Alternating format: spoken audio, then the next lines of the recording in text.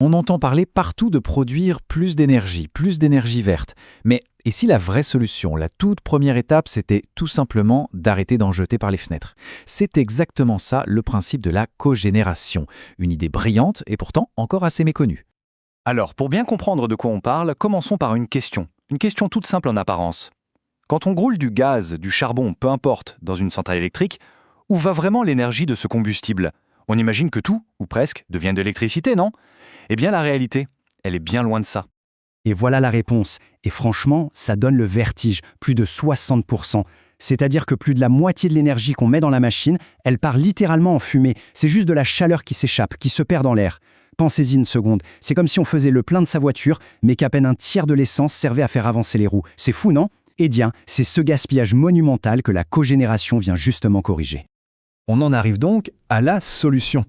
Et vous allez voir, c'est d'une logique imparable. La cogénération, en gros, c'est l'art de faire d'une pierre deux coups. L'idée est toute bête, en fait. Cette fameuse chaleur qui d'habitude se perd, eh bien, on va la récupérer. On va s'en servir. Le point crucial, il est là. Avec une seule dose de combustible, on ne produit pas juste une, mais bien deux choses utiles. D'un côté, on a l'électricité, classique pour nos prises, et de l'autre, on récupère de la chaleur.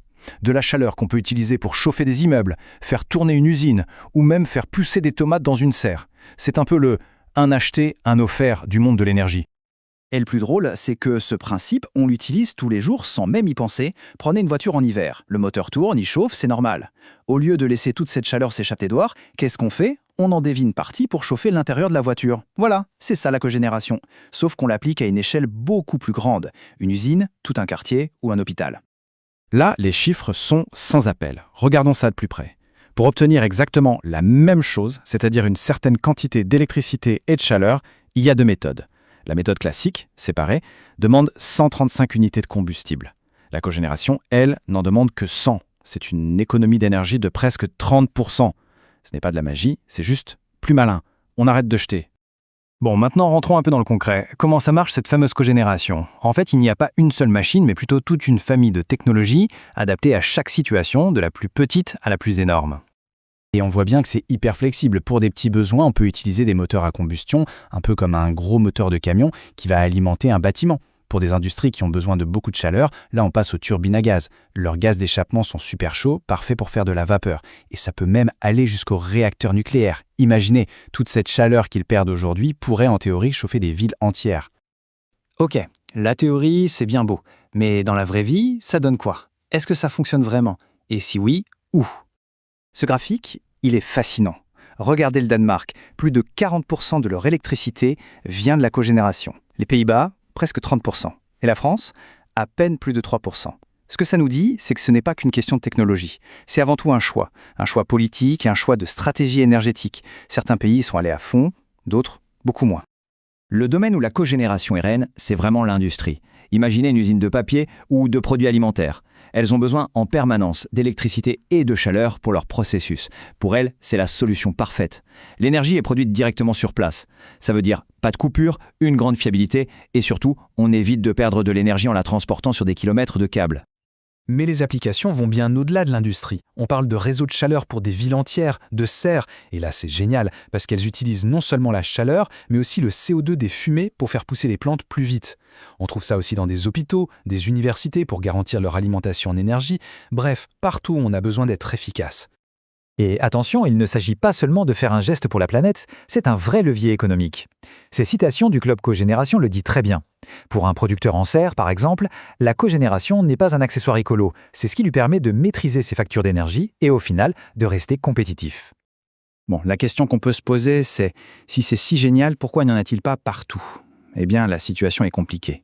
La cogénération se retrouve un peu à la croisée des chemins dans un monde de l'énergie qui est en train de changer à toute vitesse. Disons que le vent a un peu tourné. D'abord, beaucoup de soutien de l'État qui aidait à lancer des projets arrive à leur fin. Ensuite, il y a la concurrence, énorme, du solaire et de l'éolien, dont les prix se sont effondrés. Et même un carburant parfait pour la cogénération comme le biogaz, parfois les politiques préfèrent qu'on l'injecte dans le réseau général plutôt que de l'utiliser localement. Du coup, monter un nouveau projet de cogénération aujourd'hui, c'est devenu un vrai casse-tête économique. Mais la cogénération a une carte maîtresse dans sa manche, un vrai super pouvoir que les autres n'ont pas. Elle est pilotable. Ça veut dire qu'on peut l'allumer quand on veut et l'éteindre quand on veut. Et ça, c'est absolument vital pour la stabilité du réseau. Pensez à un soir d'hiver, vers 19h, plus de soleil, pas beaucoup de vent, et tout le monde rentre et allume le chauffage. C'est là qu'elle entre en jeu, pour éviter que tout saute. C'est elle qui assure l'équilibre. Et la technologie, elle ne dort pas sur ses lauriers, elle continue d'évoluer.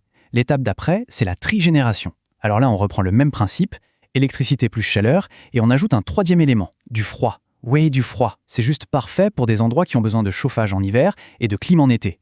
Pensez aux supermarchés, aux hôpitaux, aux centres de données. Le principe est tout simple. En été, on n'a pas besoin de chauffage, donc la chaleur de la cogénération pourrait être perdue.